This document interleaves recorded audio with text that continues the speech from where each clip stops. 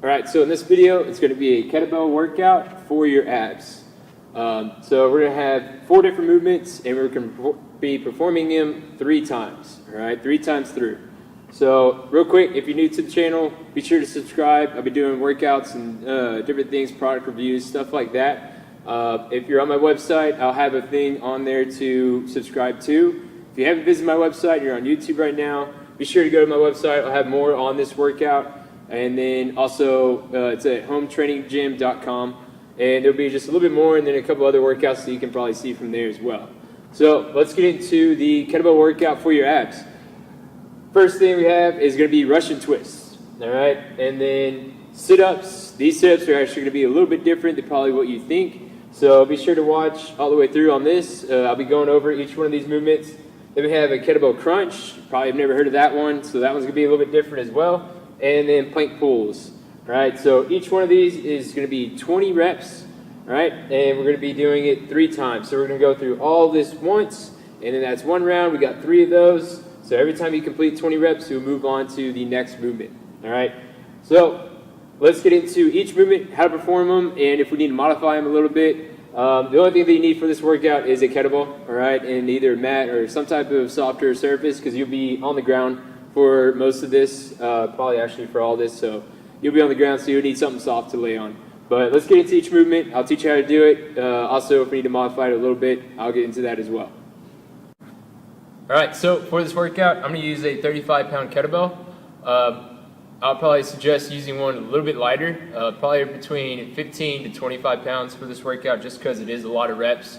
And you're going to be doing it 3 times, so I would definitely use one lighter than 35. I'm just going to demonstrate the movements, so it won't be too much for me right now. But we'll get into it. So first one is a Russian twist. So a Russian twist, how you'll do it without the kettlebell, you want to sit on your butt, and then your feet will be up, either bent right about here. If you're really good, you can have them straight up out in front of you. I'm not that good, so I'm not going to do that. But you'll be here. Feet will be up, you're just going to be on your butt, and you're just going to twist one side to the other side. Alright, so that's just doing it without the kettlebell. That'll be one way to modify it. If you need to, you can have your feet down on the ground, modify it that way. Just make sure you're leaning back a little bit to start feeling it in your abs.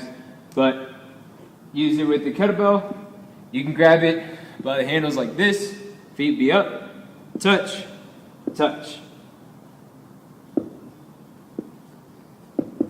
Alright, so that'll be how you do the workout, or how you do this movement, this exercise for the workout.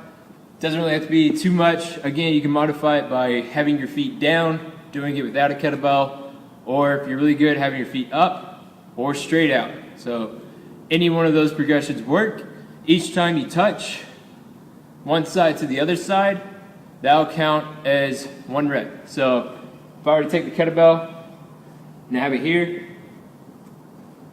this would be 1, this would be 2, 3, 4, 5, and so on until you get to 20. All right, that would be the first movement. So that's the Russian twist. All right, so the next movement is going to be sit-ups. This one's going to be a little bit different than probably what you're used to. Normally on sit-ups, you just come back, sit back up. So what that looks like, your typical sit-up can be here. You touch and come up, touch in front, whatever you want to do. That's the normal sit-up. This one is going to be with the kettlebell. You can have your feet out in front. You can have them like a butterfly, however you want to do your feet and your legs, totally fine. You'll take the kettlebell, and what you'll do is you'll have the kettlebell up ahead. So just like if you were to do a bench press or something like that, you have the kettlebell here, and then as you sit up, your head will come through the top. All right, and then you'll come back down, touch, sit up, and press it up at the same time. Just like that. So we want to make sure that we sit up all the way whenever we come up. Again, I would use a little bit lighter of a kettlebell, especially if you don't really do these types of exercises. But you would have to have some shoulder flexibility. So if you don't have that, with even a lighter weight, you can modify it by having it right here and then sitting up this way. So you'll just come back and then you'll sit up that way. But ideally, we want to try and be arms locked out, sitting up, coming all the way up overhead at the top, and then we'll come back down. All right? have your feet out here. You have them even straight. So if I were to take it, I can even have my feet out straight in front of me and then press it up that way. All right, so that's how you modify it, either with lighter weight or if you need to have the kettlebell close to you. You don't want it laying on your chest or anything like that. But that'll be 2 ways to modify it. All right, so this next one's going to be Kettlebell Crunch. It's probably not called that. It's probably called something else. I don't really know what it's called exactly, but I know you'll stay in a crunch position and you'll use a kettlebell. So I'm going to demonstrate how to do that. So Kettlebell Crunch, you'll lay flat on the ground here, and then you'll bring your knees up. So you're going to have the kettlebell here, you're going to bring your shoulders up, and then all you're going to do is you're going to bring the kettlebell back behind you and then back in front. So everything stays the same. All you're doing is just moving the kettlebell back and forth. So a couple key things is to make sure your shoulders stay off the ground and that your feet and legs are off the ground. So those two together, you should be in a crunch position, and all you're moving is just your arms back and forth. They should stay in the same motion as you go back and forth. If you want to make it more intense, go slower. Slower, you'll start to really feel the burn in your abs, and as you go back, that burn will kind of travel up, and then as you come back forward, it will travel down. So it just keeps going up and down. If you need to modify it, the only way to really do that, if you don't do lighter weight, would just be moving your arms. All right, that's the only other way to do it. But this is a good exercise, so go slower if you need to feel a real good burn in it. Okay, so the last one is going to be a plank pull. So you're going to get into a plank position, and then all you're going to do is you're just going to pull the kettlebell. All right. If you want to try and keep our body in a nice, good, straight line and flat back and everything, I don't want to be twisting a lot as I pull the kettlebell. For this one, a heavier weight would be more ideal.